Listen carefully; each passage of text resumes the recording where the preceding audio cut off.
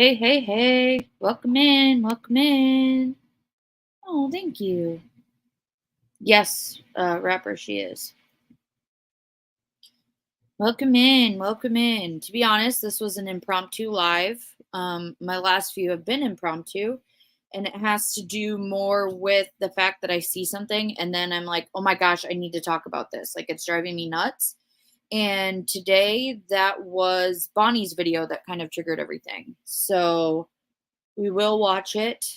Um, we will also read a few articles here with some updates regarding Jodi going to the hospital with a life threatening illness, potentially.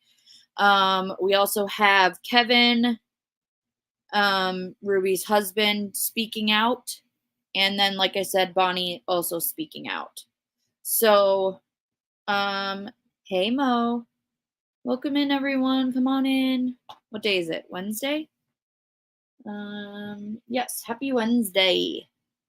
Happy Wednesday. Yeah, I agree with you, Princess Megan Elsa. Now, you guys will also probably hear little sounds here and there. Dexter is almost directly next to the microphone, so I'm sure you guys will hear him breathe, snort, do whatever he does. Currently, he's on his back, having me rub his belly. So we'll just have to kind of see how that goes with that. Hey, Buck Cherry Lover, it's good to see you. Someone brought up Kevin should be arrested, but some are saying he wasn't involved. So he wasn't necessarily involved in this last year of things to the extent, but he was involved in a lot of the previous aspects of what had happened and the different mindset of their parenting and stuff like that people have claimed it to be bad as well. So hey Merp, hey Rody Gal, hey Chica. Welcome in, everyone. Come on in. I'm just gonna let a few people. Hey, Sunset Gazing. Yay! Welcome in, welcome in. I know, right, Heather? Merp is always late.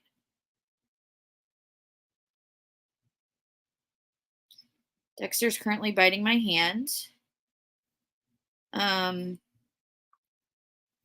don't know. Hey, Rainbow Mom. It's good to see you. Always, Merp. Okay, so the aspect of this that kind of, like I said, set everything off for me today to go live. Actually, yes. Let me go over to comments quick because before we get started, I will ask you guys. My good friends over on the Decipher podcast did a great live last night.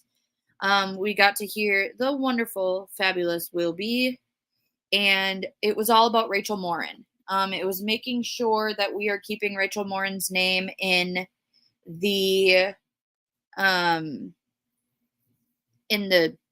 public eye and making sure that the case does not go cold when it comes to media and everything like that. So please, guys, if you can, share around hashtag Rachel Morin. I will put it in Dexter, the chat.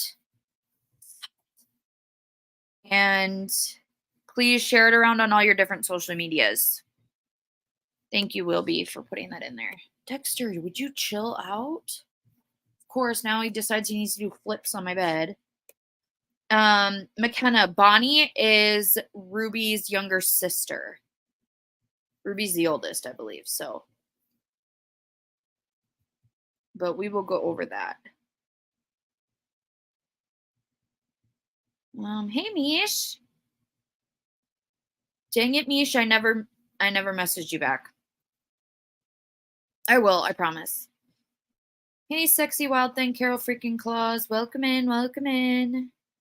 Hey, Lisa. All right.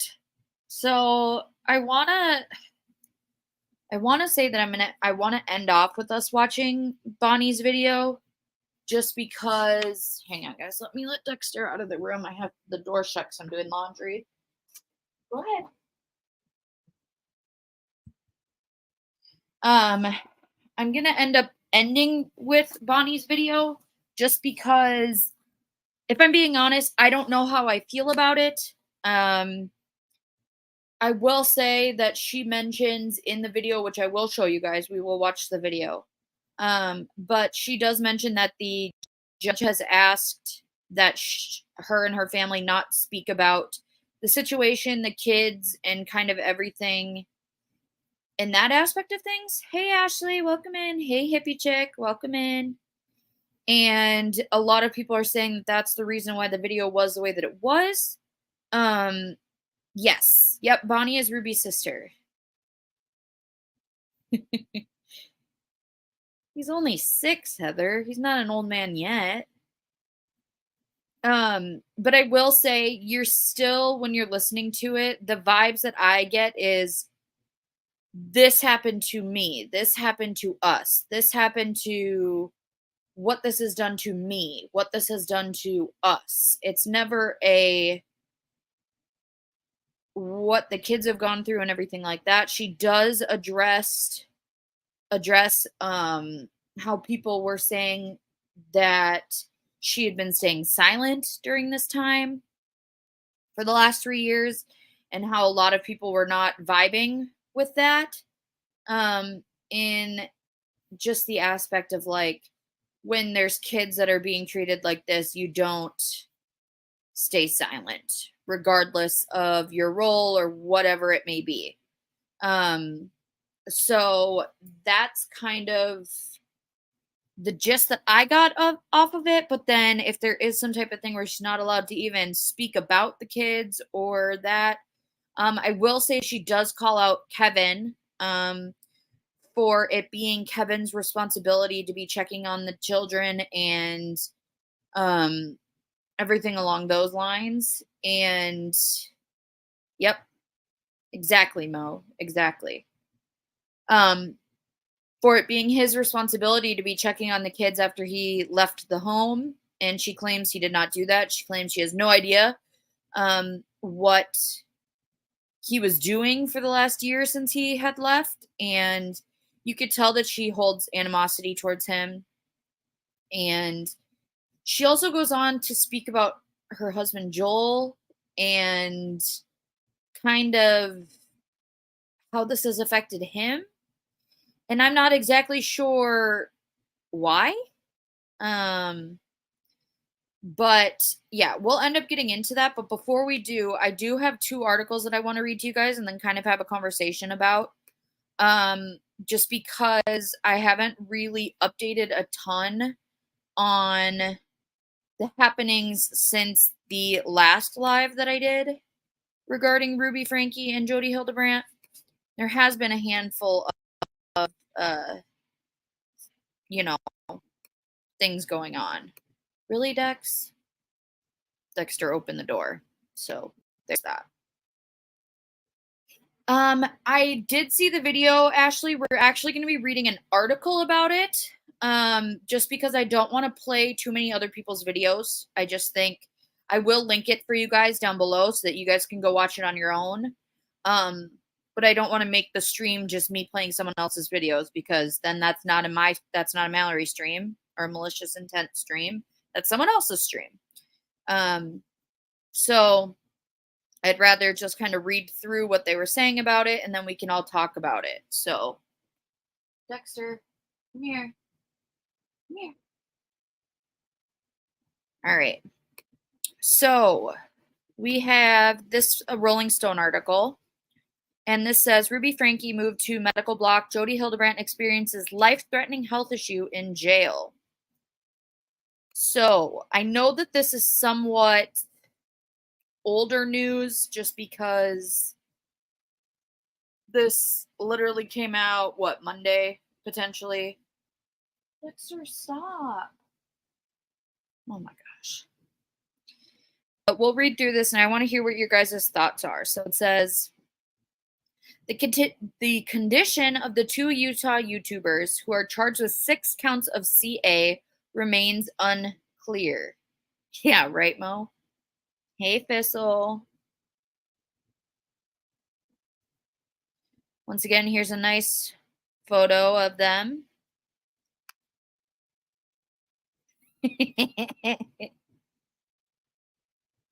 Yeah. I mean, I'd rather that person get the view from the video, not me. So, all right. Ruby Franke and Jodi Hildebrandt, the two Utah YouTubers charged with 6 counts of CA, have reportedly both experienced medical issues since arriving in jail on August 31st. What do you guys think?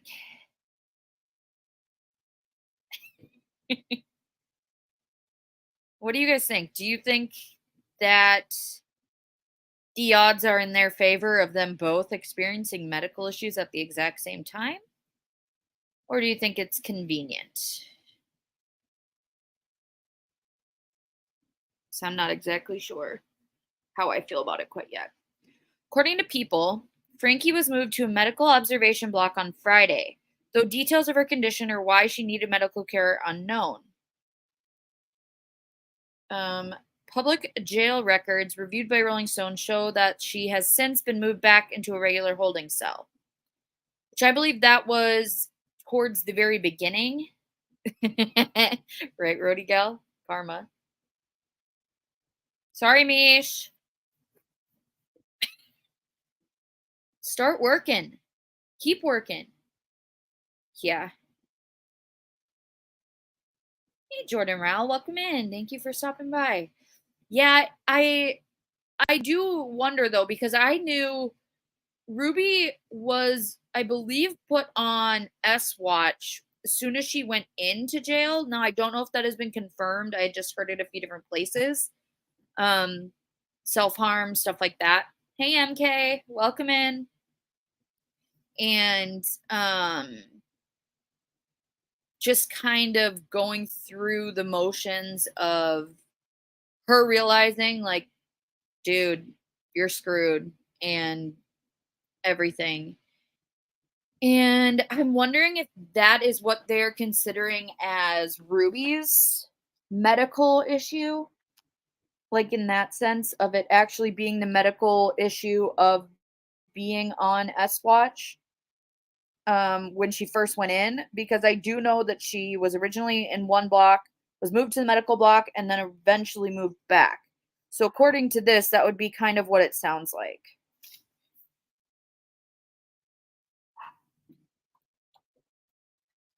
15 years if she's found guilty. That is per charge wrapper. So they are facing up to 90 years each if they are convicted and given the maximum sentence on each one. Refusing food and drink, and Jodi is on S Watch. Okay. Do you know where you heard that, Jordan? I'm just curious. On September 8th, Hildebrandt's attorney also filed a motion for an expedited hearing on the grounds that the YouTuber had experienced a life-threatening medical issue while in jail, causing her to be hospitalized for several days. Her current condition also remains unclear, and due to a hearing delay, Franke is being held without bail. Okay. Awesome. Thank you, Jordan. I appreciate it. Yeah, me too.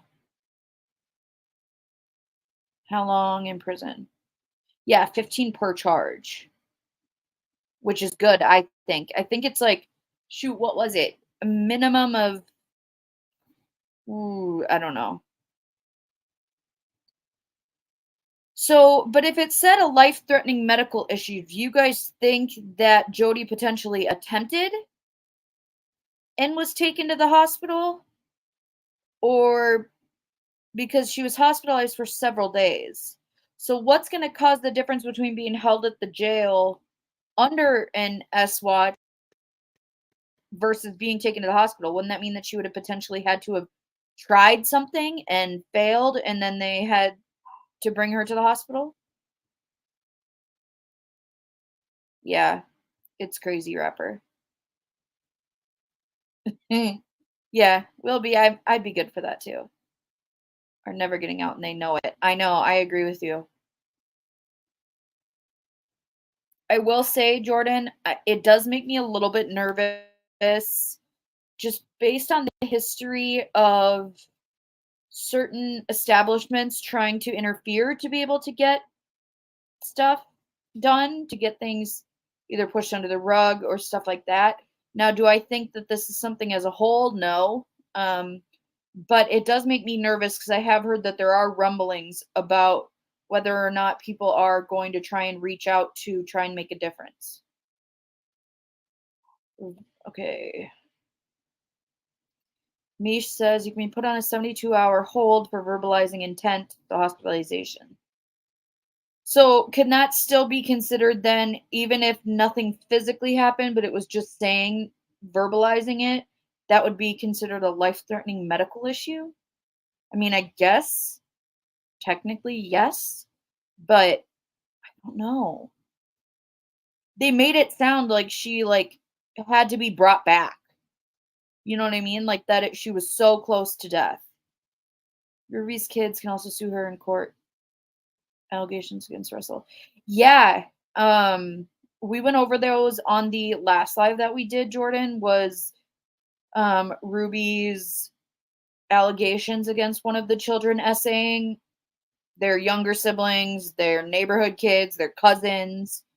Um, and you're absolutely right because there's not only the trauma of it, but which one's verbal and which one's written for slander and libel? And yes, Mo, the oldest daughter is in college.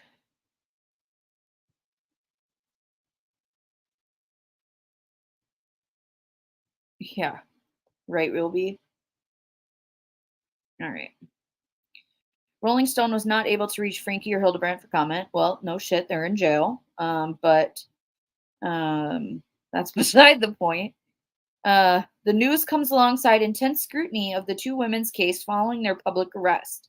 Franke is the mother behind the popular family vlogging account Ain't Passengers, which it has been taken down. It was taken down before the arrest.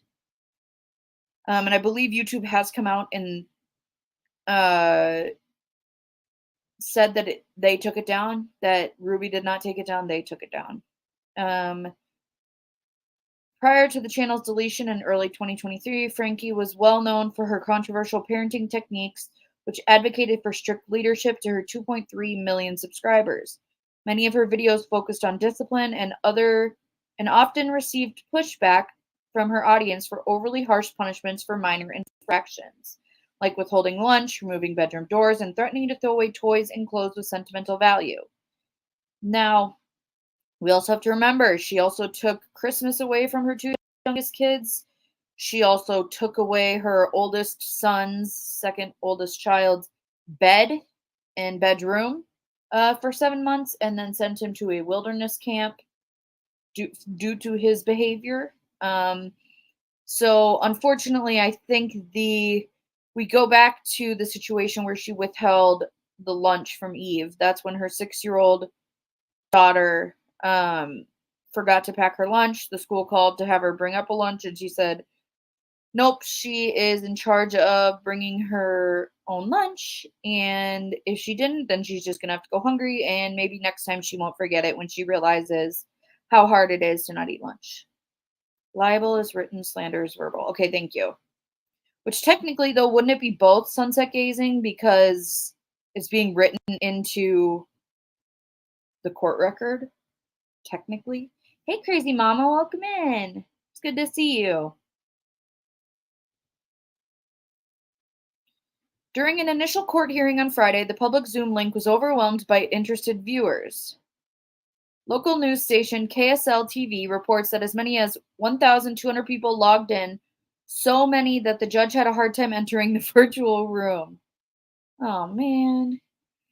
I heard it could hold up to 1,000, so it was only 200 people over, but it seemed like so much higher. Yeah, it was crazy. I agree, Jordan, 100%. Both women have been held at the Purgatory Correctional Facility in Hurricane, Utah, since their August 31st arrest. They're being held in purgatory, which I think is fitting. Let's see. Only if she wrote it somewhere personally. Okay. Thank you, Erin. Police were initially alerted when Frankie's son went to neighbors for help. According to statements from the authorities, the child crawled out of Hildebrandt's window and asked neighbors for food and water. The child had remnants of duct tape on him and appeared to be emaciated and malnourished with open wounds, according to a police report.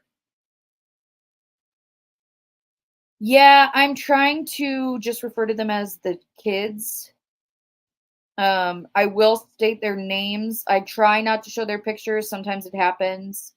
Um, but I'm just trying to give them as much anonymity as I can, just because their whole life and everything is out there already. So I'm just trying to do what I can. If other people share it, that's cool. It's just me personally, my choice to not. This was another thing that we found interesting in the initial reports of all of this going down. It was stated, like they said in this article here, that the child had potentially crawled out the window. When we actually listened to the 911 call made by the the neighbor, and you actually hear her Ruby's son state, "I just came off the porch." Yeah, Ashley, so he left. I believe the story surrounding that, it has to do with um them getting so close, Jodi and Ruby getting so close, and it connections playing some type of interest in the far side of their beliefs and stuff. Um, and I think when it comes to that, hi Candace, it's good to see you. How are you? I think he even states, which actually it's the next article after we're done reading this one here, it goes into his lawyer or his attorney actually um does an interview with Law and Crime, I believe it was. And so he talks about how Jodi manipulated and ruined his family and all this stuff, but the thing is, yeah. Uh, I think that there's a lot more to it. I think at that point, he put, in my opinion, he put being a dad to the side and just was selfish and got himself out of there without even thinking about the kids. And that's not right. He had an obligation to keep those kids safe, and he did not. I do not think the kids, in my personal opinion, should be going with him at all. Um, so yeah, yeah. And I think too, a lot of it has to do with when you're in a situation like the one that Ruby put her kids in. Yeah. I think that there's a lot of isolation that comes with that. There's a lot of parent alienation potentially of mom saying, don't talk to dad. He's going to do this. He's going to do that. And it gives the kids a different mindset too. So even if they weren't allowed to talk to him, or if they were allowed to talk to him, the mindset of what Ruby was doing can also play a huge role in that. And so not only that, but we know that Ruby took her kids out of school. She was very much isolating them to just being able to see and hear her thoughts and opinions. And Jodi's, I suppose. Oh yeah, sunset gazing. I think Jodi had a hand in a lot more than what she's going to, obviously. At this point, she's not going to take credit for anything, but I think a lot of it had to do with, what's that saying? I don't know. There are two peas in a pod when it comes to this, and when they're together, it makes it 100 times worse. Like, I think they're both bad on their own, but together it's like a wrecking ball for everyone.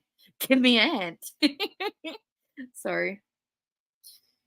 Well, right, Thistle, but then you have to also think because apparently they were saying, we're only here because Ruby had a family emergency and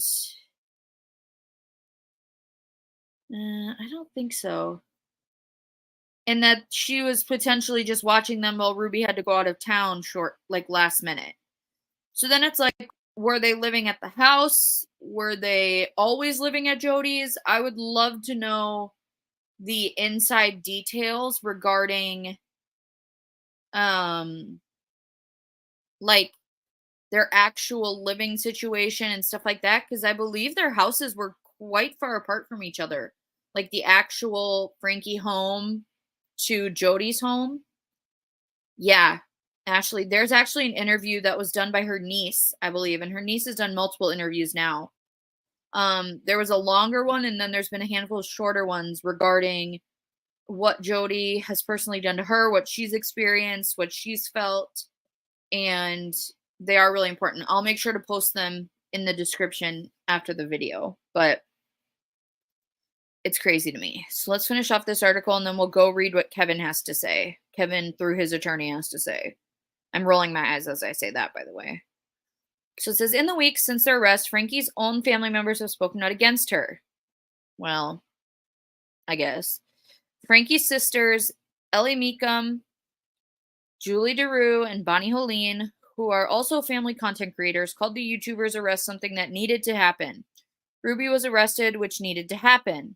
Jodi was arrested, which needed to happen.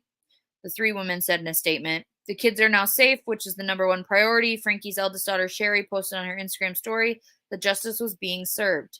Frankie's husband, Kevin Franke, declined to comment to Rolling Stone, but his attorney told Good Morning America that the couple was separated, living in different homes, and that Kevin had no hand in the A.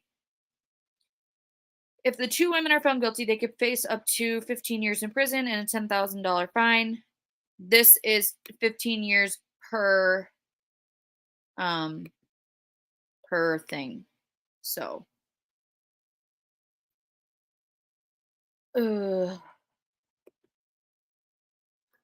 once again, and I'm going to say this, always allegedly, always saying it as my opinion, but I think that the A word that's used at the end here, started long before Jodi came into the picture. I think it got extensively worse and extensively more severe once Jodi came into the picture. But I think Kevin very much had a hand in the stepping stones to get to where they are today. Hey, Nikki, welcome back. Yeah.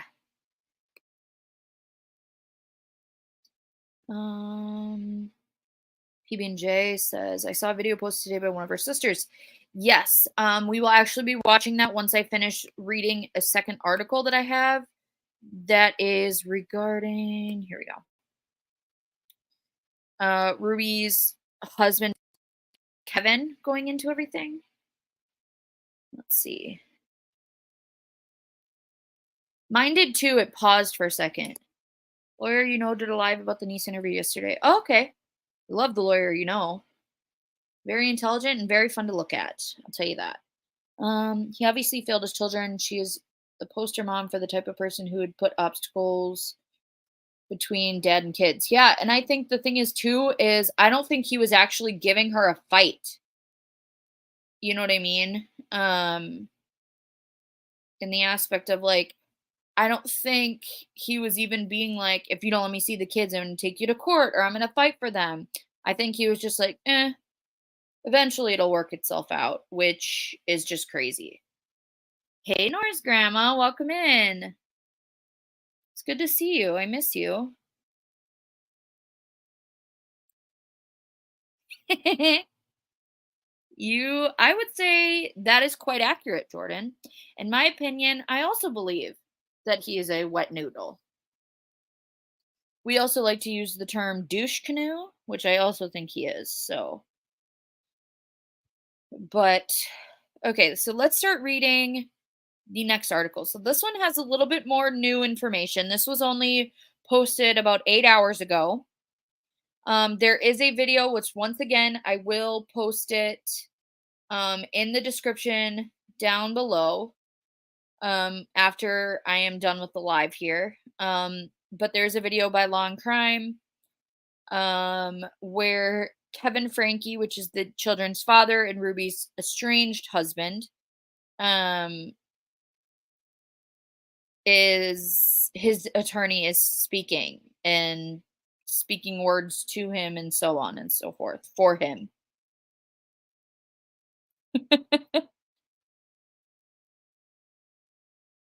This'll is my mom watching? Did she comment? Or are you just saying that because the last time you talked to her, she said she was sad that no one says hi to her in chat? Because she told me she wasn't sure she was going to be able to watch. She was helping Grandpa with something today. But I'm sure if I tell her no and yes, okay, I'll tell her you said hi, and she'll love that. Oh, Karen. Right, Mish?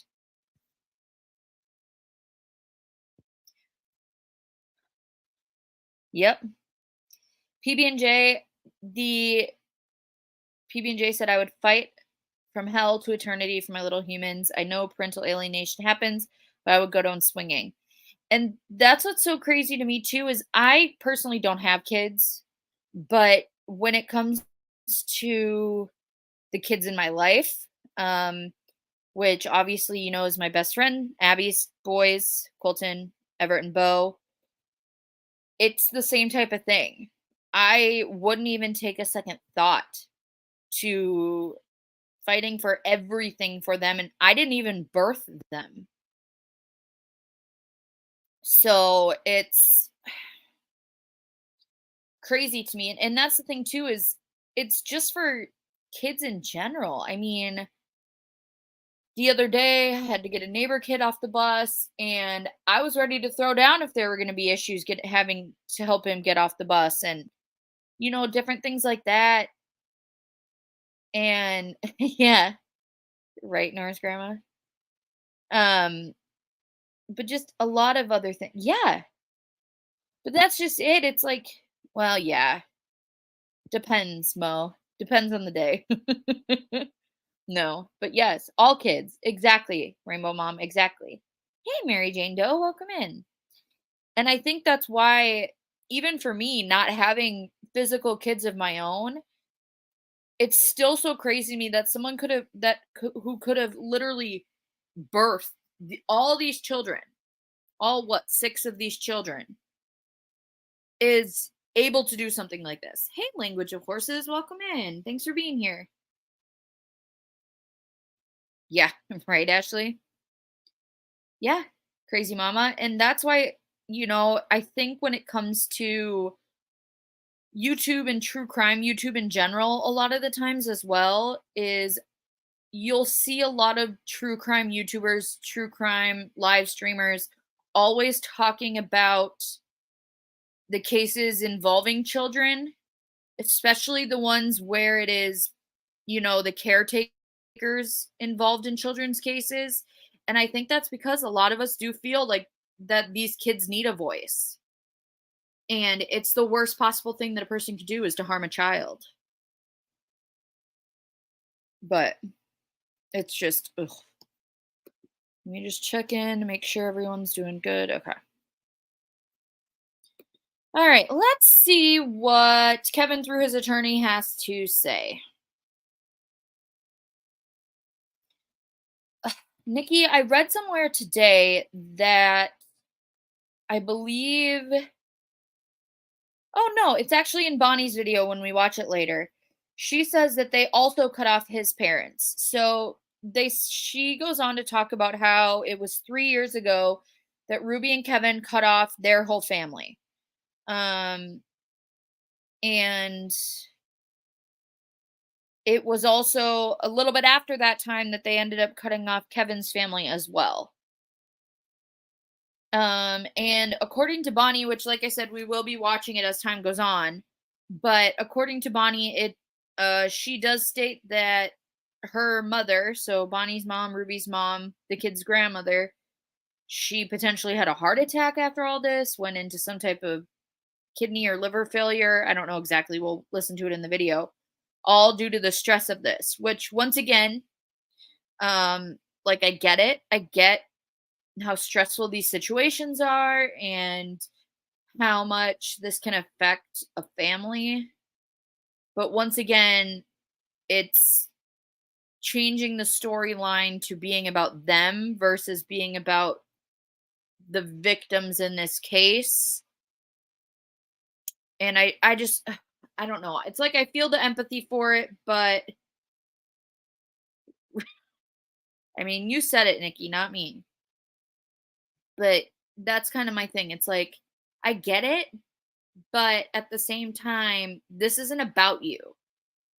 This isn't about how these things have affected you. You guys were not the ones that were tied up in someone else's house, not seeing family, not seeing friends, not being fed, not, doing, ugh. That's, I guess that's just, anyways. All right. So Ruby Frankie's estranged husband breaks silence over YouTuber's shock and arrest for CA.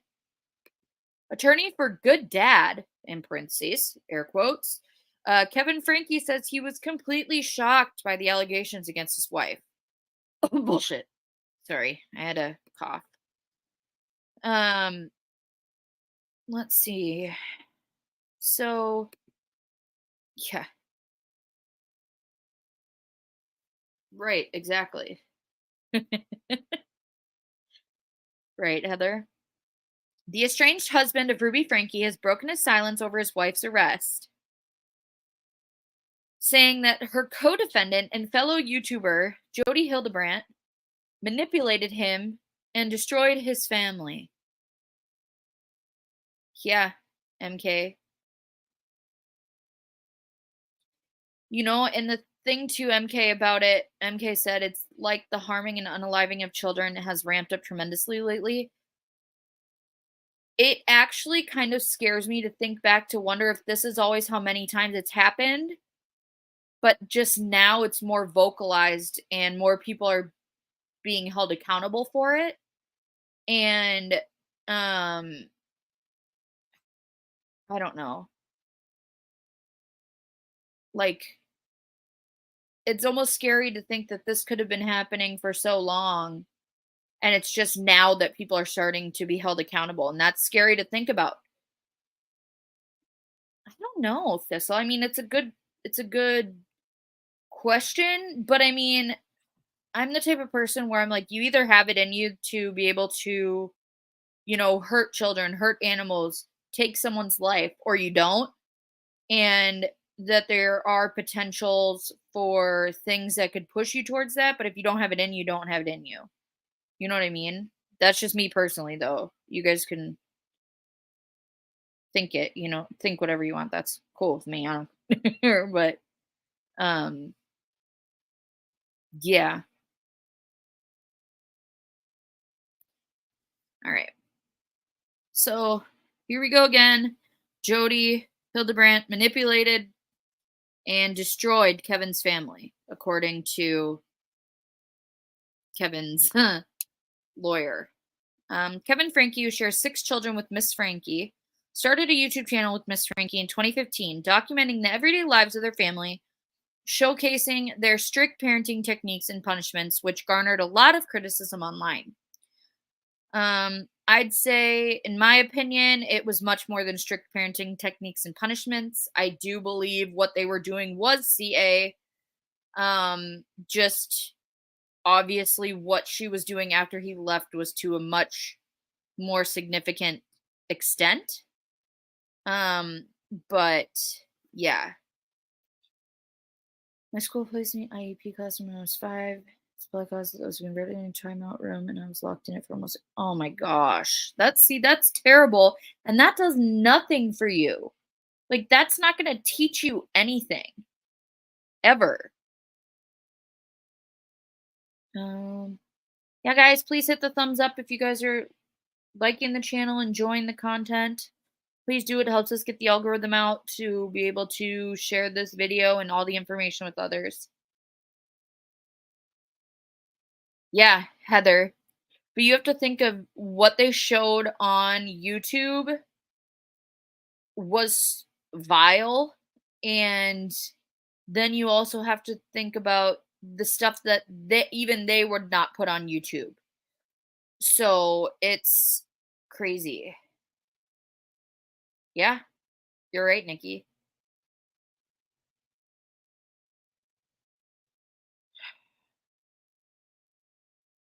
Yeah.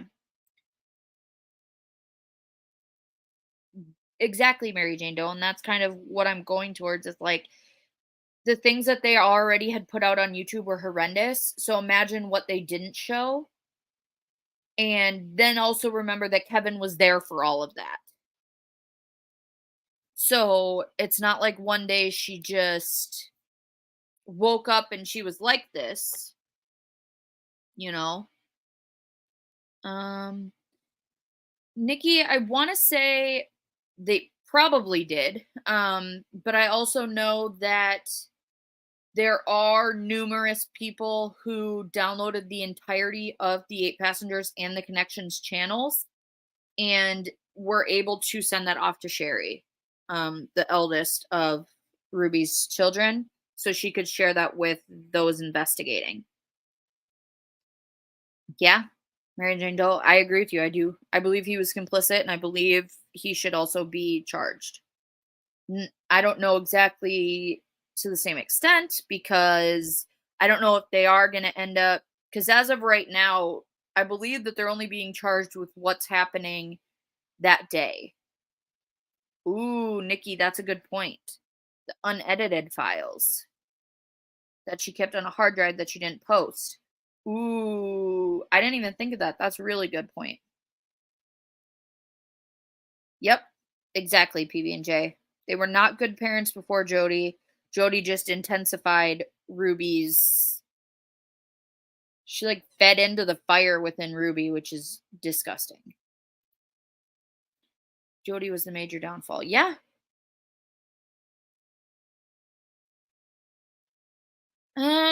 See, I don't know.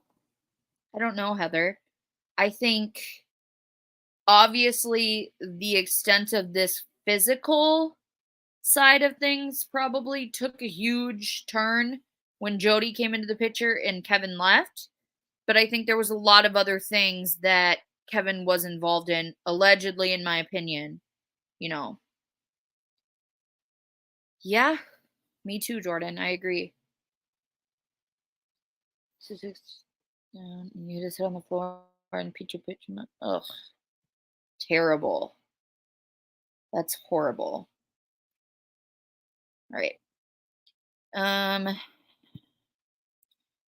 Randy Kester, Mr. Frankie's attorney, sat down with Long Crime's Sidebar podcast, revealing Mr. Frankie's thoughts, feelings, and beliefs on the recent arrest of his estranged wife. I do question one thing before I keep reading. Why do you think it's just due to religion? Question mark. Why he didn't divorce her? Or what's the reasoning there? If he not only had left her, but that she was not allowing her or him to see their children, why are they just estranged? Why didn't it ever get more than that? Hey, Salty C. Welcome in. No, I know. Oh, absolutely, Heather. I agree. Miss Frankie was arrested on the 30th of August, and according to Mr. Kester, she knew she was going to be after her two children were found with wounds on their bodies. So, what we're about to hear here is that Ruby was aware that the kids were found and that the police were called, and that she actually ends up here texting Kevin and telling him that he's going to have to take care of the kids for a while.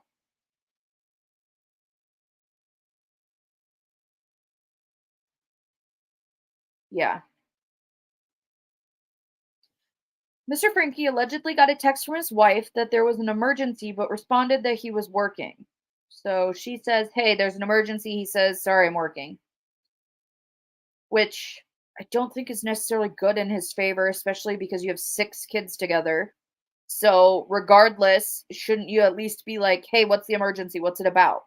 Like, what if one of your kids was hurt or um sick or in the hospital or something had happened? Like, why would you ever just be like, "Sorry, I'm working, busy. See ya. Figure it out yourself." Like, I get it to each other, but when you have kids, regardless of whether you have custody of them, wouldn't you want, like, to worry about them? Right. Yeah. Yeah, I guess. Yeah. Miss Frankie then told him he needed to call immediately, allegedly telling him on the phone that Mr. Frankie needed to take care of their kids, Mr. Custer said his client told him. Oh, really? Language of horses? I haven't heard that anywhere. Do you mean, so what? She just ended up having a flare up then, and that's why she was in the hospital? Or, like, what? Be interesting to hear. I don't know if we'll ever find out unless she puts it out herself, though, due to the HIPAA violations of everything.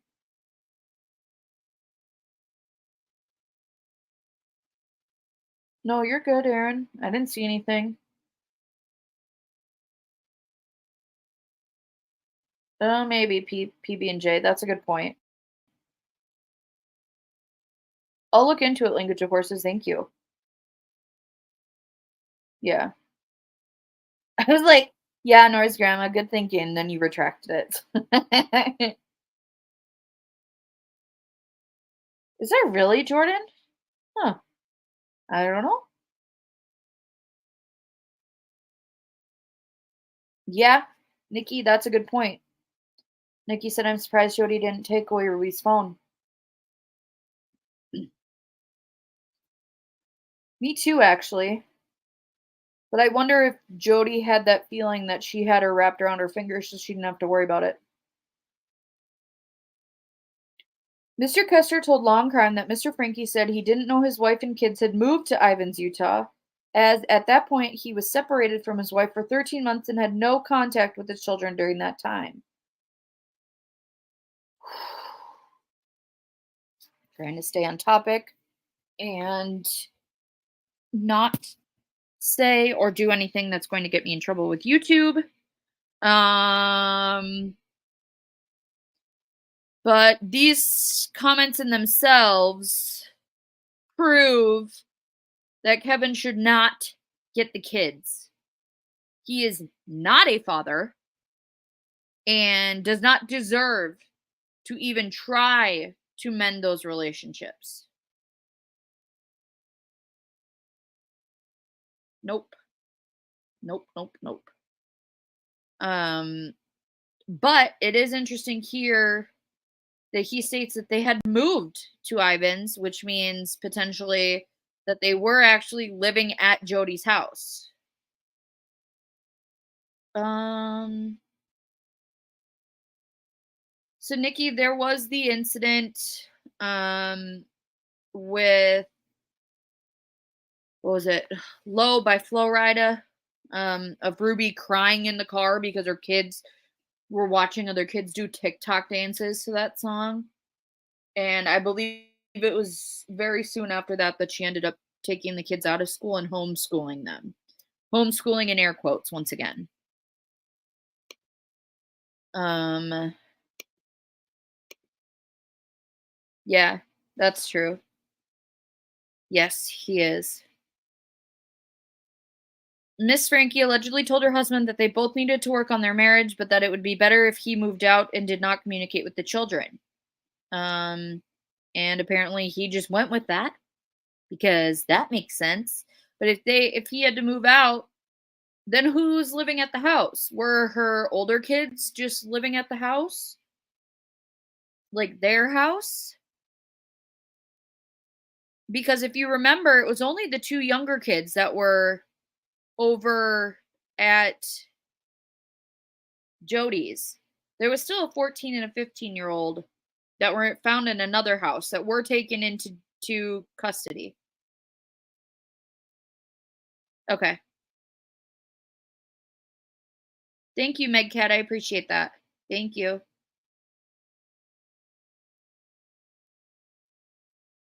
I don't know though.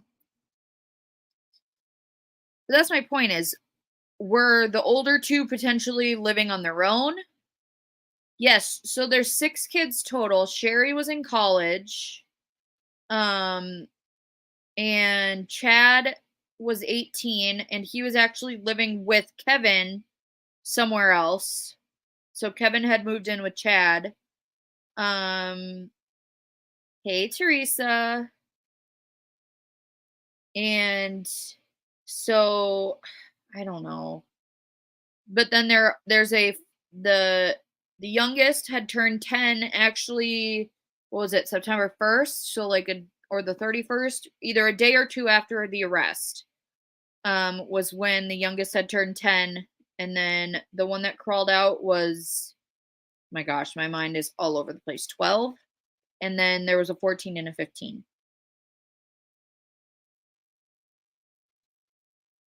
Mm, yeah, it's crazy.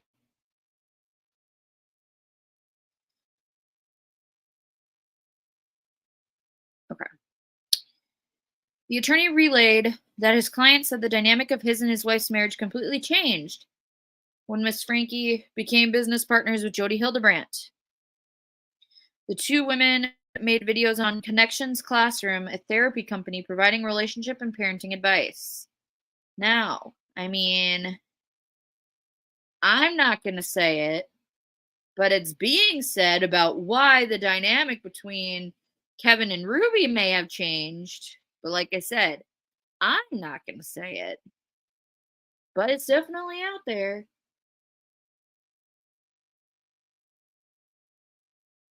Um, yeah, right, K-Bird? Nope. And I believe that that would have been out there by now, K-Bird. I mean, it's possible, but I have not heard anything regarding that. I believe he was just like, fine, whatever, you have them. You know what I mean?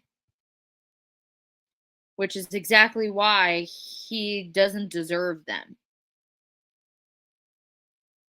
Whoever is given the ability to raise these kids and help them through everything that they have gone through, not only is it going to be a blessing to those kids, but those kids are going to be a blessing to that person.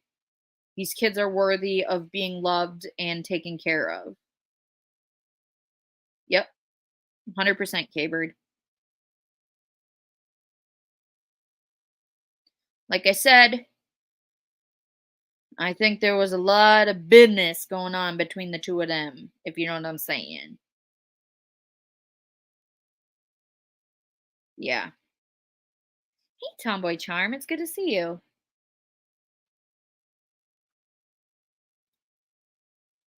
Hang on.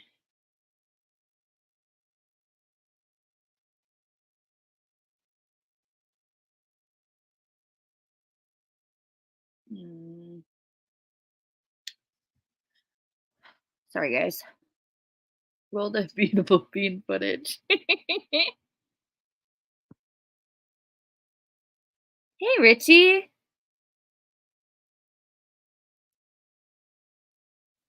All right. He says she manipulated him in conjunction with Ruby, that she's kind of the spearhead towards essentially destroying his life and destroying his family. She could be the spearhead, but hey, buddy, you didn't fight for anyone in that. Now, do I think he should have fought for Ruby? No. You didn't fight to keep your family together and then just, shoo Ruby off after that. Like, you're definitely a part of that too. We're hearing other information that she's done this to a number of families, and it wasn't until all this came to light that Kevin came to realize that his family has also been victimized by Jodi. Right, Jordan? I definitely think there's a line to it, but I don't know.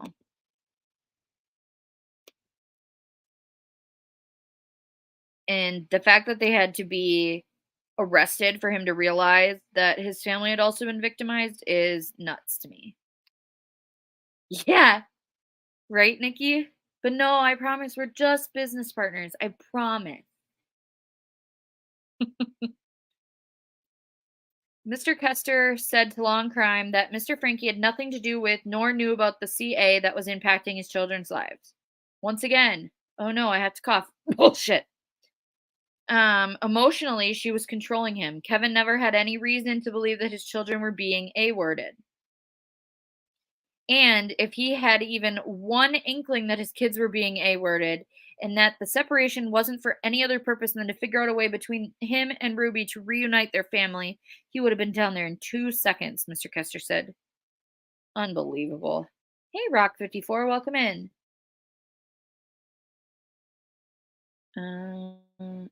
Yeah, right. Yeah, it is. It's crazy. Yeah, right, Meg Kate? Exactly. At what point do you say, hey, if you want to fight for our family, let me move in with my friend, business partner. You don't talk to us for over a year and we'll see if it works out. Like, what do you mean? I mean, Tomboy Charm, I didn't say it. I was thinking it, but I didn't say it. Exactly, K-Bird. Hey, Chris Melcher, welcome in. We'll be, um, let's just say that the proof of it is that they are business partners. Um, but that there are a lot more than that is kind of what is the universal belief amongst those outside of it. No. No, Nora's grandma, I promise. You'll know when it is. It changes.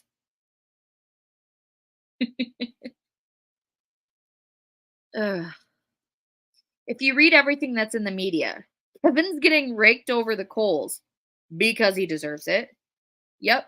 Groove Dragon, absolutely. 100%. There is no reason that you don't talk to your kids for over a year, regardless of what you're going through with your significant other, your estranged wife. Absolutely not. Absolutely not. And Kevin's getting raked over the coals because he deserves to be. He deserves everything that he is getting and everything that will come to him because he did nothing for those kids. But what people don't understand is that he was trying to preserve their marriage. Okay, at that point, your kids come before your marriage, Kevin. He was taking direction from her. She's the one who asked him to leave the house, indicated that in order for him to be able to get back together with her and be a family, that she was requesting that he leave the home and that he not contact her or the children. Okay, Kevin. She later told him that everything was blissful at home and it was so much better without him. Okay, so yeah, MK, exactly. Like,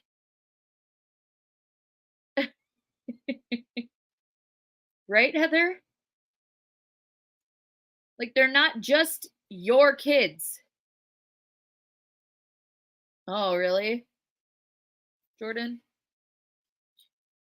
Oof. See, I'd like to know when she supposedly told him that it's blissful at home and she's better off without him. Because that should have been the point where he was like, at that point, he still should have been talking to his damn kids. But at that point, it should have been like, okay, well, then I better get to court and make sure that I have some type of legal rights towards my children at this point because it doesn't look like it's all working out. Oof. Allegations were made about Miss Franke as early as 2020 with an online petition while her husband was still in the picture. Yep. It was a change.org petition regarding right, Heather? Um stating that They wanted CPS.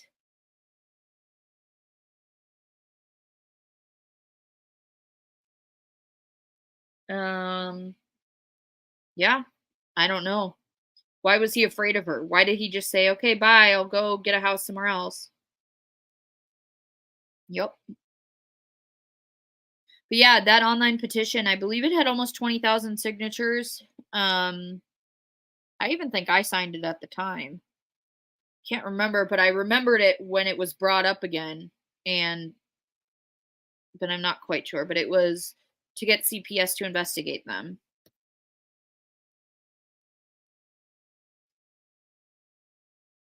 Yep. Mr. Kester said those who suspect Mr. Franke of being involved in the A need to see the case as subjective to different parenting styles. Yeah. Nah. Yep. Teresa, I think you're accurate, unfortunately. Everybody says no one's ever written a perfect book on parenting. Kevin Franke has never been accused of physically A-ing anyone, including his children, nor have there ever been any allegations that he was doing that. He doesn't condone that kind of thing. He's a good dad. He just simply does not condone physical violence or that kind of treatment of children or anyone. Now, I'll give him the benefit of that could be true. But the thing is there is so much that he could have potentially stopped. He could have played a role in lessening, and he did nothing. He did absolutely nothing, right? T, I don't give a crap, Kevin. I don't care. You were responsible for those kids, and those kids were locked up and not being fed. I don't care, Kevin. Unbelievable. Yep. Absolutely. Language of horses. Absolutely. The attorney says that Mr. Kester is working on getting back custody of his younger kids. Well, his wife remains behind bars. I didn't realize that Mr. Kester was now married to Ruby, according to this article. Could also be a typo where they meant to put, you know, Mr. Franke, but he's consulting with professionals, Kester said. Yeah. We're working in conjunction with the state of Utah through the juvenile court to take direction from them about what they feel would be necessary to heal his family and try to figure out a way, if possible, to reunify the family. I think all of those kids have been through enough and are old enough to be able to speak what they want and have a say in what they would be most comfortable with. But Miss Franke will appear back in court on the 21st of September for a bail hearing alongside Miss Hildebrandt. So, nuts. Yeah. Right. Okay. So now, one last thing that we're going to do is watch Bonnie's video. So, Bonnie Helene is Ruby's sister. She is also a family vlogger, and she uploaded a video. I believe this was last night. When I watched it a few hours ago, it was like 14 hours ago. So whatever is like 16 hours ago when this was uploaded, and it is titled "I am not my sister. I am not my sister's crimes." Once again, I, I, which I can see to a certain extent, that people are coming for her and her family for not standing up and doing something more. But at the same time, this is not the time or place to whine about you. And I'll say that there. But now to make sure, because I can almost guarantee that Bonnie and her team and her management and everything like that are probably going to be striking channels that are going to utilize this video just because, like, I can almost guarantee that there's going to be a very slight few that actually um say anything nice about this video. But so I am going to be pausing for fair use quite often, but I also want to tell you guys ahead of time there's enough to pause about. She's pretty much every statement she makes in here is something that I can stop and watch and talk about. So, like I said, I probably won't even mute unless there's an echo. So let me know if there is an echo. Um, Nah, I will mute. But we're gonna watch this. This came out, like I said. This is Ruby's sister Bonnie, also a family vlogger. And let's start seeing what Bonnie has to say.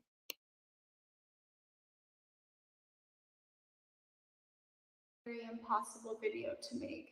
I know that my words will be used against me. I also know that my words may help people understand me a little. I can only speak for myself, and I will only be speaking for myself, other than the judge has asked us not to speak on certain topics that I will not be touching on. What my family and I have gone through the last couple of weeks is the worst thing that has ever happened.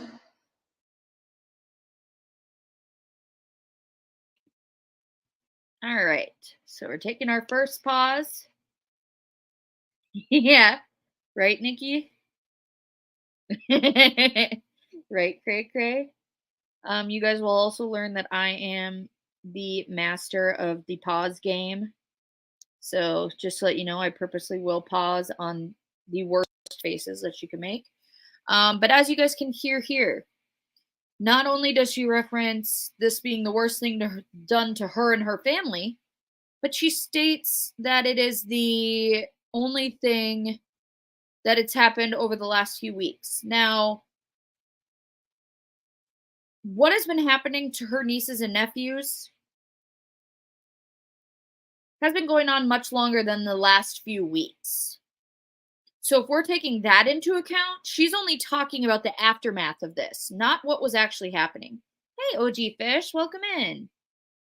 And not what her family had gone through. You know what I mean? And but yes, so once again, she's starting off. She has 3 boys and a girl. Her oldest, though, I want to say is like, does anyone know how old Olivia is now?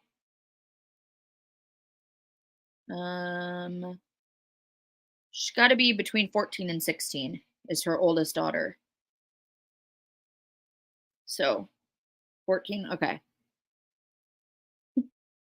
I'm glad you found me too. All right. Let's keep watching. Now, once again, guys, make sure you're listening to her say me, me, I. To us, it is, I spent the first week in complete shock, where I felt my body and my mind and my emotions were completely paralyzed because of the just absolute shock of all of this. The more I learn, my feelings are turning more to anger. I am mad. I am mad at what has happened. I am beyond disgusted, and I feel like it makes me tremble. It makes me tremble because it is unheard of. It's truly unbelievable. Something that pride myself on, something that I enjoy doing is being transparent. And I cannot be fully transparent with certain aspects of this. And if you don't understand that, then you don't understand how the system works. The first thing that I want to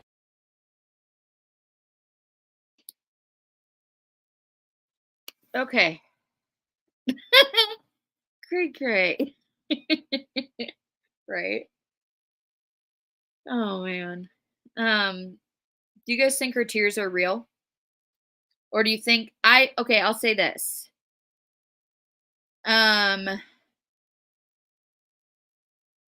I think her tears are real, but she's crying for herself, not for the other kids. That's true. We could have got a Colleen Ballinger um uh thing as well. The ukulele.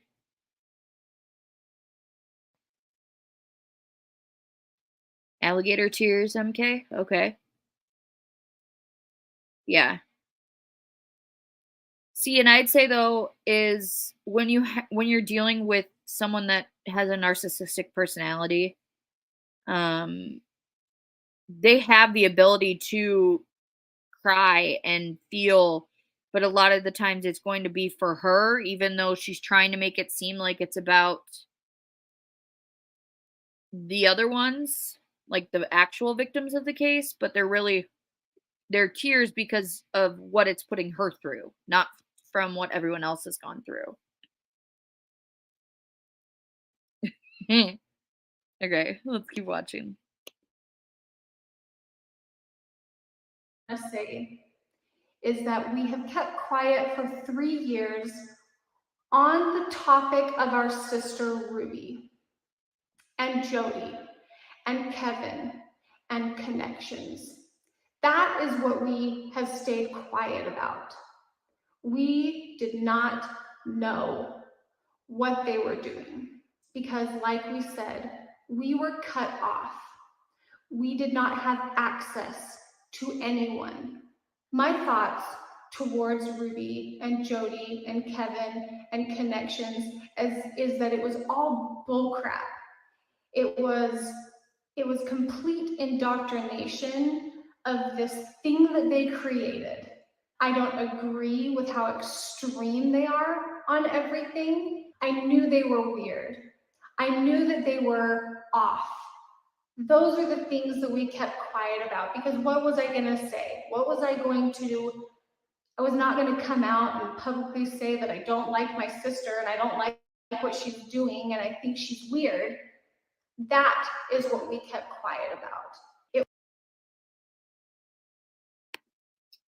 Why?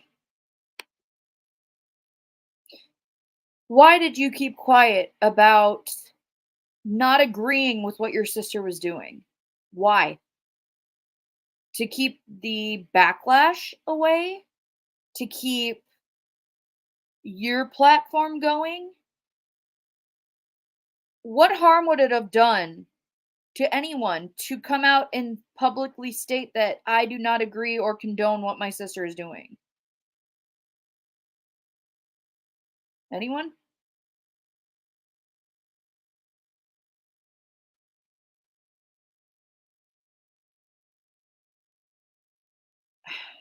I don't think quite there, Thistle. Yeah, Nikki, and that I'll say that's one of the reasons why I went live so like right, T, exactly. That's a great point. No, I'm not Elaine, but thank you. Um, yeah, that you also have to take into account is exactly what Teresa said. She didn't watch her sister's channel. Ruby was putting this information out for a long time. And it'll go into here. Bonnie goes into when Sherry started reconnecting with the family and the difference that that made and how that's when they started doing things. It's like, oh, oh, you, did you, Heather? Um, oh. Heather said, "You never saw any of the videos and thought, taking their dinner away as a punishment is a little extreme." You are very correct, Heather. Sorry, I missed your comment. Sorry. Yeah. Or maybe call in for a welfare check or something, Nikki. Like, not only did she stop posting, but now we're seeing the more extreme sides of it on the connections posts, but yet, I'm sure everyone's doing fine. Oh, she pulled her kids out of school? They're probably fine. She's probably a great teacher. Oh, they're not talking to their dad or their siblings? Ugh, it's probably fine. Give her the benefit of the doubt. She's our sister. Ugh, I can't. No, I'm just surprised Dexter's not barking outside my door, Heather. Don't even get me started, Jordan. Start singing the song. Okay, let's keep watching. It wasn't until about a year ago when we were able to reconnect with Sherry. Again, we kept that quiet. We never came out and said anything. You guys saw us together, and those were little glimpses when Sherry was ready to allow us to show those glimpses with her permission. And it was then that we were learning slowly bits and pieces of more. And that's where the part of behind the scenes, we did everything that we could. We did everything legally that we could do. And for those that were saying that they'd go in and bust down doors and do whatever it took to end up in jail, because from jail, I can't do anything. So I still stand by what I said, is that I did everything that I could with the knowledge that I had and within the legal rights to Ruby and Kevin. The one person that could have done something within his legal right was Kevin. We had zero contact with him.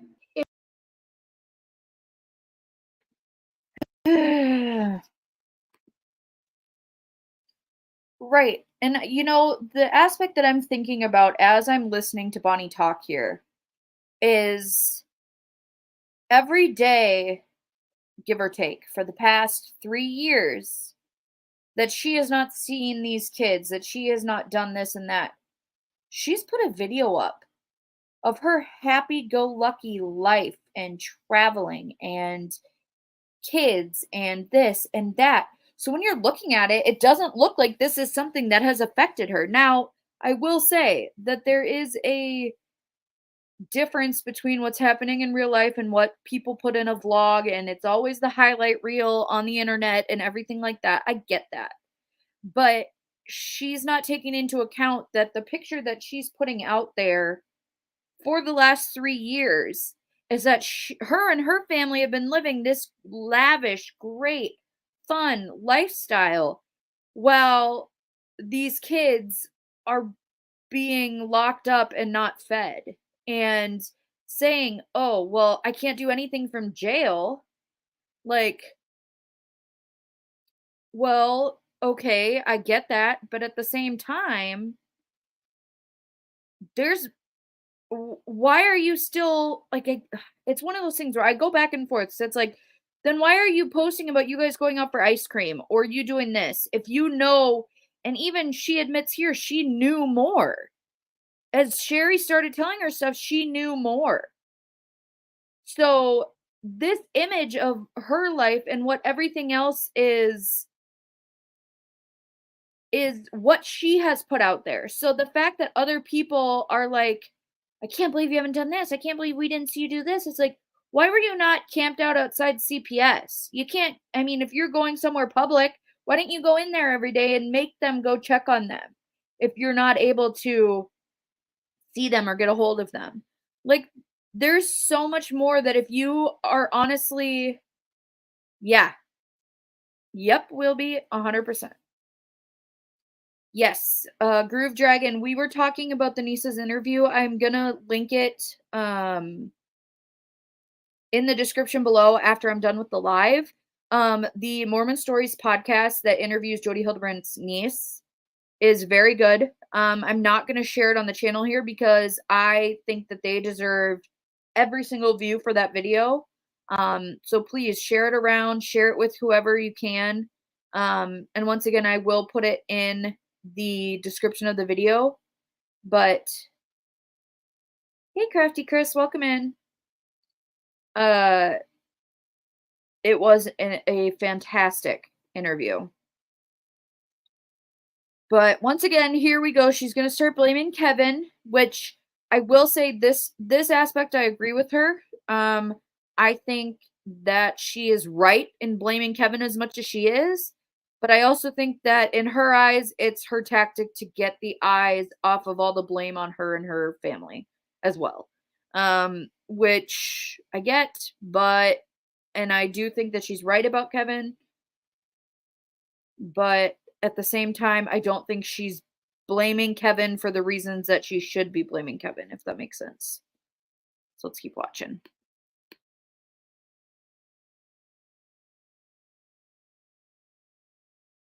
It was Kevin's job to check in on things, and he did not. So when I say that Ruby and Kevin and Jodi and connections have been destroying our lives offline for the last 3 years, that is exactly what they've been doing, causing turmoil within our family. We would talk in circles because nothing made sense. Nothing made sense of what they were saying, of what they were doing. And it was off the wall. We couldn't make sense of what they were doing and why. And this is where my anger comes in. Their actions have cast the worst light on me.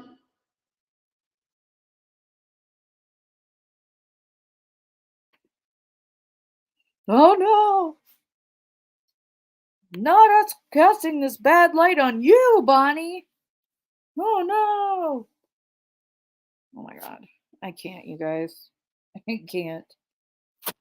How dare you? Not that you hurt your kids, but that you dragged me into this. How dare you?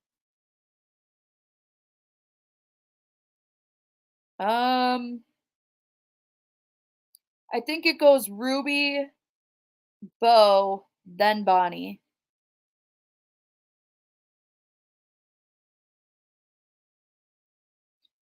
Yeah, PB&J, I can respect that 100%. I think for me, and it's hard because I watched, and to be honest, Bonnie was the one that I watched. Bonnie was the one that I had my notifications on that I would watch.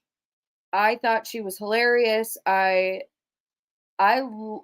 watching her vlogs and everything like that. So I think for me, when I'm coming after Bonnie, like in this video and the other video, of course I'm going to be biased because I I held Bonnie to a certain level, and now knowing and seeing how she's handling this and just the different aspects of it, I think that's probably why I am more critical about it. Now I also think too I'm biased in the aspect that I would have done more. We don't know what's happened behind the scenes. You're 100% right. But I think for me it's more of a she could have done more in my eyes and she didn't, regardless of why and how. But I can definitely respect your point of view. I get that 100%. Yeah. Yeah, Nikki. Okay. Let's keep watching.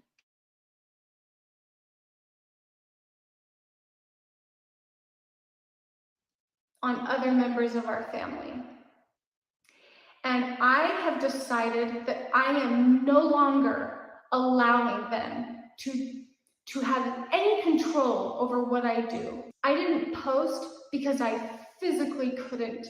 I physically could not turn my camera on. I physically could not come up with a structured thought in my mind. I felt completely, completely out of my mind. This has hurt every single person in our family, and watching it hurt my husband makes me mad. I have stood by Joel's side, building our home, and it sounds incredibly selfish to, given all the facts, be thinking of our house.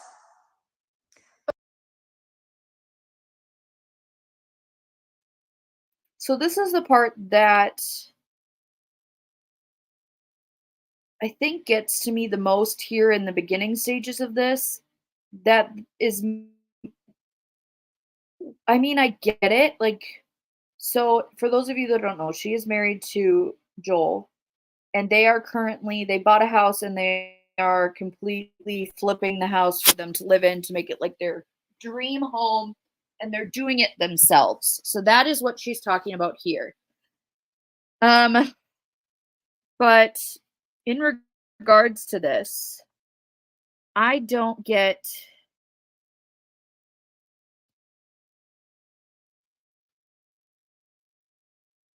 Yeah, PB&J. That makes sense, but I also am on I guess for me I'm along the lines of physical threats of anyone should never be done. I don't condone it. So, but I mean, you're probably right.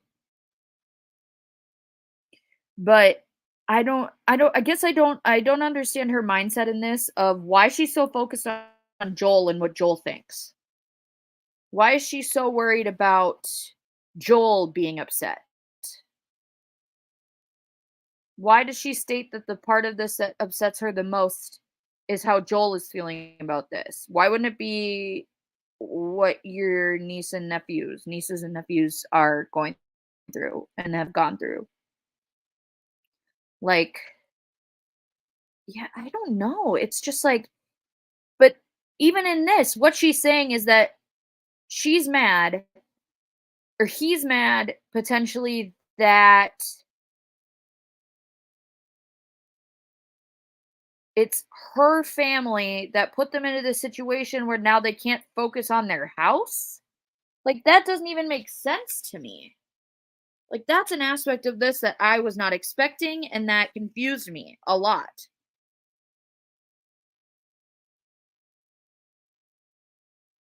Yeah. You mean like from the inner circle PB&J or from the outside?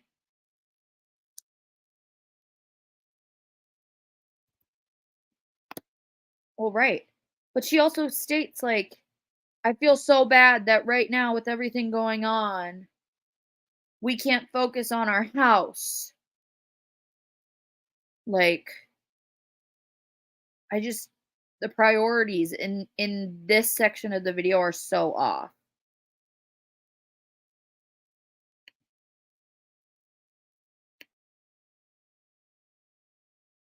But also, I have watched him put his heart and soul and every waking minute for the last couple of years on this project, and I will not allow Ruby and Kevin and Jodi and connections to take away one more thing.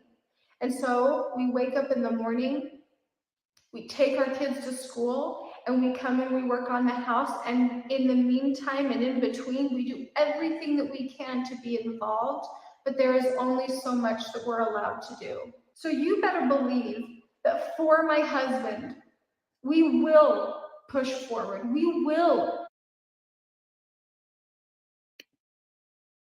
What? Is anyone else just like jaw drop? Who cares about Joel in this situation? Like, I get it. He's being affected by this, but why is it him that's having you push forward? Why wouldn't it be the fact that these kids are now safe and that you guys are trying to rebuild your family?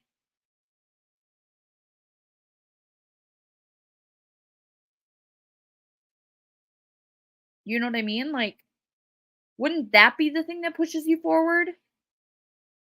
That now everyone is safe? But no, it's because Joel's upset that it's taking away from them being able to finish their house? Like, am I th I'm I don't know. It's one of those things that I can't comprehend, and I'm literally at a loss for words. Not unless she can film it, Nikki. Can anyone explain this to me, please? Like, is this just her way of like Tere Teresa, I can't tell if that was sarcastic or not. And PB&J, yeah, I agree with you. And I said this, I think it was in one of my first videos or the second video I did on Ruby. And I think that there is a lot behind the scenes that we don't know. I think that because they are so close and because they are all on the internet and they all have a public face and a public persona that they have to withhold, like, I think that they all have a lot of things on each other that could very easily bring each of them down with it being publicized. 100%. Oh, right, PB&J. And I also think that that's something though too that is kind of what the crowdsourcing and stuff like that on the internet is about, is at this point when I am doing this live stream, these are my opinions and beliefs based on the information that I am being given right now. As more information comes out, could my opinion of things change? Absolutely. Will I come on here and apologize if I'm wrong about something? Absolutely. Because I'm not here to put my opinion down your throats. I'm here to put this out. And obviously, because it's my channel, I'm going to end up telling you guys how I feel about it. Does that mean you have to feel the same way? Hell no. If we all agreed and felt the same way, like, then what's the point of having a community discussion? Makes no sense. Bye, Tactical Dragonfly. Have a good day. But, like, it's just, it's one of those things.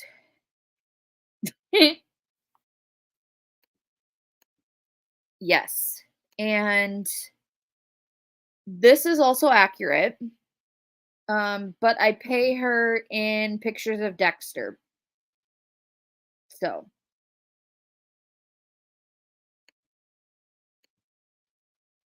Well, right, Merp. And that's also like, and I think that's why I take it so badly and I am so critical of them, is because, yep. Yeah, PB&J, I get that. Yeah, that's okay. That being said, welcome in. But I don't know. Let's keep listening. But at PB&J, I can respect that. I get it. And I can appreciate you putting it out here because then it allows for me to stop and kind of reflect on what I'm saying and what I'm feeling and what I'm thinking. So I appreciate it. Thank you. I will say, that being said, that you should probably, after we're done, go back and listen, because there is some important information regarding Kevin speaking out and the potential of both of them being in the hospital, both Jodi and Ruby, or something along those lines. We don't even really know, even after reading everything. So, yeah, that's a good point, sunset gazing. All right. Move on. Not because it feels good in any way. It feels horrible. It feels horrible coming into the house and working on things and even thinking of anything else. All while every news outlet, every national news outlet, people coming out of the woodworks making claims that are just so beyond ridiculous that there is no comment. It is so stupid that there is no comment. 3 years ago, Ruby and Kevin cut our family off, and eventually they cut Kevin's family off as well. And I thought that was going to end my mom. She literally had a heart attack. She went into kidney failure. Her body was shutting down because it broke her. So you can only imagine what she is going through now, how we are all feeling now. And I'll only speak for myself, but Ruby and Kevin are not where my concern lies anymore. So it is difficult to have the blame put on us when these are not the actions of us. These are not the actions that we did. And I get people wanting to put blame somewhere. I do. They want to blame someone. There's only one person that could have helped, and he didn't. What he was doing all that time when him and Ruby were separated is beyond me. I will not let Ruby and Kevin and connections and Jodi take one more thing away from me. So you better believe I will continue to post, because if that is what tiny control I have left, I'm going to take it. I'm going to take control and do what I feel. It doesn't feel good to not know what's ahead. That is not a comforting feeling. I'm not even trying to find comfort at this point. I am focused on putting one foot in front of the other, 1 hour at a time, not even a day at a time, 1 hour at a time. I am focusing on what I can control, which is the environment that I have for my children. And that is the only thing that gets me up and out of bed every day, is my 4 children. So I will continue doing what I have always done, which is putting my kids and Joel first and helping in any way that I possibly can outside of that. I am not my sister. I am not my sister's mistakes.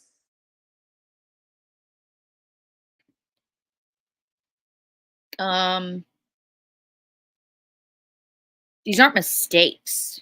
These are decisions.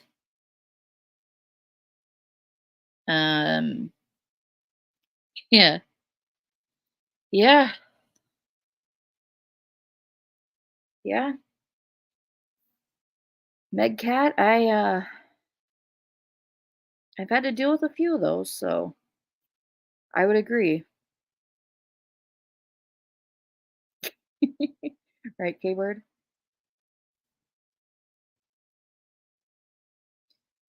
Trying to place blame somewhere. If I were her, I would totally acknowledge my shortcomings and realize that not just one person is responsible for all this. Well, right. And I think the thing is too is there's a lot of things within here that yeah, um that kind of contradict everything of like we've done everything we can, but from now on I'm only going to worry about my kids and my husband. And it's like I get that 100%, but like your your kids were also not the ones that were tied up and being starved.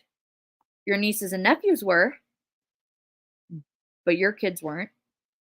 But I get it. I mean, as being a mom, your kids that you birthed are supposed to be put out. Like they're number one and they should be 100%.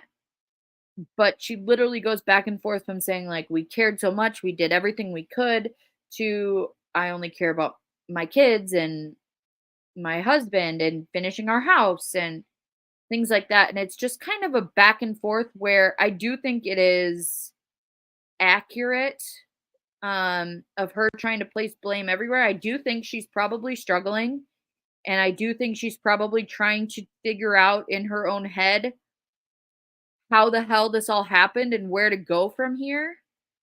Um but it's just I don't know. It's like the lack of self-awareness in this is I think what gets me and why I am so critical of this.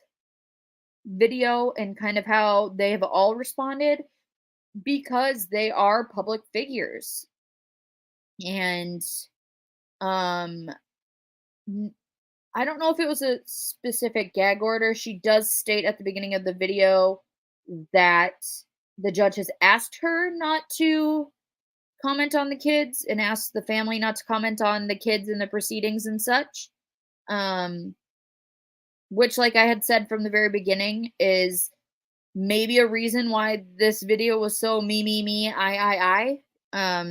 could be because she was given a lot of red tape that she had to go around. Um, but I don't know. It feels very woe is me, and like her job here is done now that the kids are out of there. Right, PB&J. I wonder too though if it's not officially a gag order, like if nothing was filed, but the judge just said like, "Hey, it's going to be better for them if you don't say anything." And they're just like, "Okay, cool." Like I haven't seen anything, but also if it's family court, we probably wouldn't. So, hey, 1960, it's good to see you. Right, Merp. Exactly. And that's what I think too is I think, oh, Salty C, thank you for becoming a member. Thank you so much. I appreciate it. We're still trying to get all the memberships worked out. But if you weren't here when we did start all the membership stuff, all of the monetization of my channel is going to go towards my YouTube stuff, so StreamYard, Canva, stuff like that. And then anything extra each month, we will do a membership live where all the members together will decide where we want to donate the additional funds to. And then as a group on a live stream, we will have some fun and then make a donation to the chosen place. So thank you so much for helping us try to fight to make a difference here. I appreciate that a lot. Thank you. Right. Travel with me. That's a good it's a good point. Not only did they all posted the same post, and Bonnie's the only one that has now made two videos. Her first one was um deleted, but well, Dexter's officially whining outside of the door. Hey FarQ, no problem. Yeah, Nikki, and I think too, like, because you go back and Bo also had a family vlog at one point, which is their brother, and he stopped too. So absolutely, cray cray, not what I'm here for. I have a full-time job that pays my bills. I am literally here for the victims' families, and that's what I'm here to fight for and help for. So, oh, that being said, thank you so much for joining. Thank you. I appreciate that. Thank you so much. Jordan, I will say that, yes. Although Bonnie does have some of the same techniques in regards to strict parenting, it's not to the extent of everyone else. And I will say from the videos and everything that we have seen of Bonnie and her kids, she does seem to have um her kids do seem safe and healthy. Like we said, YouTube is a highlight reel, so I don't think that there's a ton there. Oh my gosh. Did you guys just hear Dexter growl from under the door? But I do think I'm probably going to end it off here, guys. I'm starving. I have to work a long day tomorrow, so I'm actually probably just going to cuddle up with Dexter and eat dinner. And I'm trying to finish my diamond painting. I have a Halloween diamond painting that's going to be the focal point of like my background. And that's why I haven't been on camera the last few times, 'cause I don't wanna come back on camera until my freaking Halloween background is done, but I have to finish this diamond painting, but it's, like, the size of a flag. It worked! It worked, you guys, it worked! Elisa, thank you for gifting a membership. And Thistle, welcome! Yay! Yay! It's probably because I had a freaking 45-minute messaging thing with, um, YouTube help. I was on the phone with my mods while we were doing it. Oh, MK, thank you so much. Oh my gosh. MK, thank you. And Nadine, thank you for becoming a member. Welcome in. I didn't even see you in chat, but thank you for the support. I appreciate it. MK, you didn't have to do that, but thank you. This time it'll actually work, hopefully. But you're the best, MK. I appreciate you more than you know. And know that your memberships are going to be going to a good place that you and everyone else will get to help me choose at the end of the month. Oh, okay. Well, thank you, Nadine. Thank you for being here. I appreciate you being here. That was your redo, right? It was actually that night that I ended up being in the chat for like almost, it was 45 minutes. And then she's like, "Would you like to finish this over email?" And Thistle's like, "No, say no." And I was like, okay. So thank you, everyone. Thank you, everyone, for becoming a member. Thank you to Elisa and MK for gifting memberships. And I promise I'm still in the process of making the emojis. Each of my mods are getting an emoji based on their Bitmojis, but they all have to still choose their facial expression that they want. Dexter is gonna have an emoji, and oh, PB&J, I know. Tell me about it. You do. I'm trying, Teresa. I'm trying. I'm trying. So we'll do that, and then eventually, hopefully, get the membership lives going and everything like that. But is it, Teresa? Do you have a go date yet? You guys, Teresa has been working on an incredible documentary, which I don't remember the name of the case. I remember the case, but what's the name of the case? Just so I can tell them a little teaser. Ooh. When do you plan on putting it up tonight, T? I got to see a sneak peek of Teresa on Criminality's documentary. Jeffrey McDonald, right. And she did an incredible job, as always. Teresa is one of the hardest working people that I know. And I love her to death. She's so good at it, and I can't wait to watch the thing in full because holy guacamole. 43 minutes.